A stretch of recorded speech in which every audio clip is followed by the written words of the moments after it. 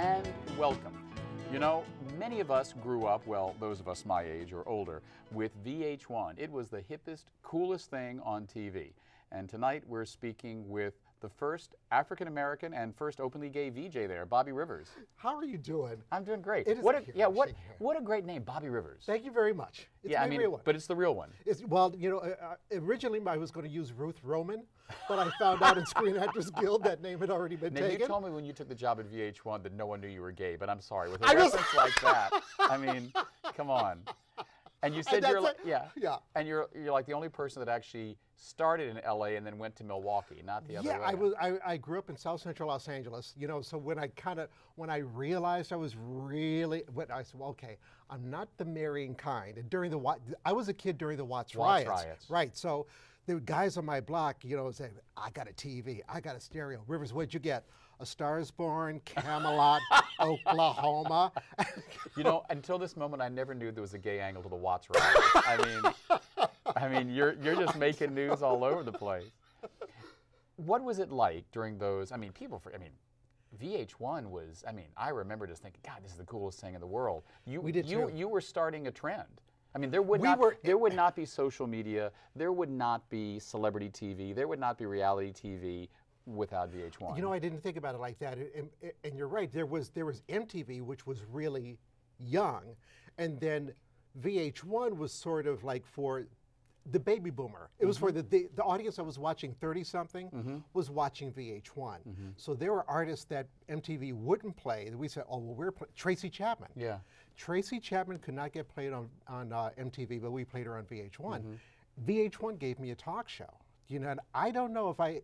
And what was the name of the show? Was it the Bobby Rivers Show? No, it was called Watch Bobby Rivers. Yeah. So they put my name in the title, and that came about because I'm such a hardcore classic film fan, and they would, and MTV, VH1 rather, VH1 got great guests at that time. And when you look at it now they got Snooki, but we were getting Norman Mailer and Meryl Streep and Paul McCartney. I mean, you know, putting Snooki up, of course, the problem is now there are people who don't know who Norman Mailer and Meryl Streep are, but they're like, Snooki! Snooki! Yeah. Yeah, how does that make you feel? Old. Yeah. But it's kind of, you know what? I mean, God bless Snooki. You know, I would love to have a book deal. I would love to have a TV show. But you know what? You should open your mind up and know other people in America's pop culture. You know, it's not just about these reality shows, celebutantes who have come up. Right. Now, you were the first black, first African-American on VH1, VJ. And the VJs. And the VJs. Did you ever feel like you were being pigeonholed? No, you know what? I didn't, because, and here's why. The executive who brought me in was somebody who used to work in Milwaukee. So we were both in radio at competing stations, and he wanted me to work for him. And I didn't want to leave where I was. We were both determined to work in New York. And he brought me in, so he was aware of my talent, and white guy, also aware that you weren't seeing black people hosting talk shows, you know, like Oprah just said goodbye after 25 years, and this was when Oprah was new. You didn't see black people as movie critics on morning talk shows. And so on shows whose audience was basically middle-class white people. Yeah, exactly. So this was, I was doing something different, you know, at that time, you know, being a VJ, presenting the music videos and hosting the talk show. Now, when you started the VH1 gig, that was '88, correct? I was there 87 to 90. Okay, and you already were self-identified as gay. You knew you were gay. Yeah. Were you out to your employers, to VH1? I was out to, I think they kind of figured it. They didn't really ask, but yeah, the crew, everybody on the crew knew. A couple of the executives knew. At that time, it was, you weren't. Here's an example. I was there before Rosie O'Donnell was, and I was nominated. I've only been nominated for one award. It was the Cable Ace Award. I was up for Best Interviewer, lost to Larry King. Rosie and I both went out there. I think she was nominated for something, but she said, I'm going to go as your date. And she wore a dress. First and last time. She went, nobody will know we're gay when they see it. I went, come on. No, she had to have been kidding. Well, no, she wasn't. But at that time, you think she was really scared? Well, at that, you know, she was always open at work, but she didn't. You know, she wasn't public with it. And she said, never tell them you're gay, you'll never work again. Because that was the attitude back then at the late 80s. So that was late 80s? Yeah, fortunately it changed. But I remember going in and you know, I'm wearing this tux that I had rented. She was wearing sort of a Mary Hart dress, but she was walking like her in his Borgnine. And I think like they're not going to know. She had to have at least been in flats. I mean, come on. A little bit of a heel. Yeah, wow. That's a scary thought. But you know, but look what's happened since then. You know, well, because now that's Rosie's brand. Yeah, it is. I mean, Rosie went from doing that movie with Mercurio, the one, you know, the adaptation of the Anne Rice novel. Exit to Eden. Exit to Eden. Where she's wearing a corset. And a leather. Right. And wasn't she like she was sitting on Iman and slapping her around or something? Yeah. And I'm watching that going, a dream comes true for her. Wow. Yeah, and now her brand is being the most lesbian there is. I'm not making fun of her. I'm just saying. No, but look at the progress. Right. Now, during that time you were there, you interviewed a lot of celebrities. You got nominated. I know you spoke with Angelina Jolie at some point. Angelina Jolie. This was later after. This was '99. Yeah. And that was when she was in the Bone Collector with Denzel Washington, right before she really hit big. And what was she like? You know, she was so gracious. The thing that I noticed about Angelina Jolie was it was a red carpet situation. So you have the known people like Entertainment Tonight, Access Hollywood. So she would stop by, but those of us who were local, she gave us the same amount of attention. And kind of, I think if you're an entertainment reporter, when somebody gives the same amount of attention to somebody from like Dubuque as they do to somebody from Beverly Hills who's working for Entertainment Tonight, you go, that person's going to win an Oscar because they know how it's done. And that was where, on the air,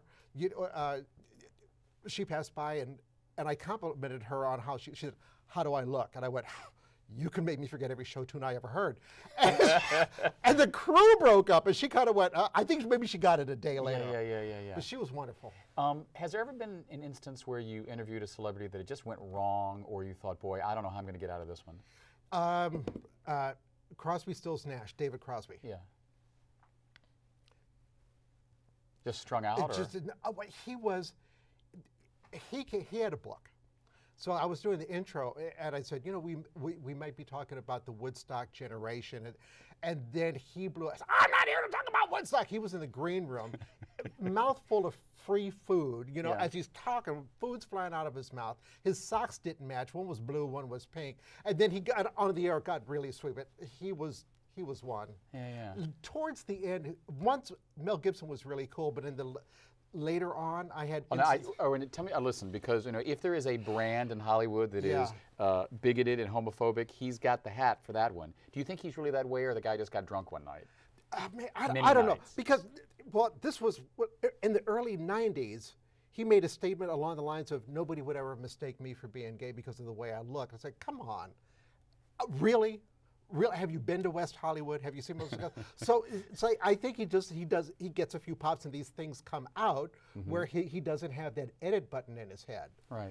But it got to the point where I was hoping, I was scheduled to interview him and did, but I was like, I said, well, I never thought I would be in a position of one day hoping that the celebrity cancels out at the last minute. Right. Because he just got to be a heavy piece of furniture talking to him.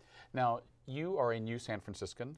Welcome. Have you gotten the handshake yet? No. Yeah, I mean, because, you know, there's a special one from people. I can't do it in LA because then everyone will want it, right? But we really like it when people from Los Angeles come up, you know. So what do you think so far? And I mean, I'm being kind of silly. Well, you know what? I had been in New York for 25 years. And this was, I got here, I just, work had dried up for everybody. So I made the move. I got out here. And all I could think of, I'm going to wind up in San Francisco, and I could see myself like in the opening of the old Phyllis show, you know, with Cloris Leachman. Phyllis. Yeah. But it's been good. It's been, you know, I have to say this, people in San Francisco have been most helpful while I've been networking, you know, trying to, you know, get resumes here and there. And it's a very cool, friendly town. That's how I'm finding it so far. Yeah. I mean, but the energy of LA, I mean, is it hard to go from this huge market to this smaller market? No, and here's why. I've loved doing TV, and just like Oprah used to say, I feel like I've been doing it since the Stone Age, but I was never a really, really, really big celebrity. I've always been like, kind of like the journeyman working class guy. So, you know what, with all my national creds, I still don't have a broadcast agent. So I think that kind of stuff kind of kept me humble. But we might still see you on the air. I mean, are you looking? Yes. So I got to watch out for my chair too. No, right? no. You have to be ready to be a guest. Hey, fine. No. Fine. I'll take you up on it. Okay, there you go.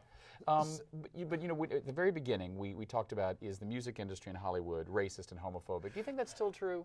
You know, I think there is still a lot to be done as far as diversity, racial diversity and sexual diversity too. I mean, when we were kids, you did not see as many openly gay people on TV as we're seeing now.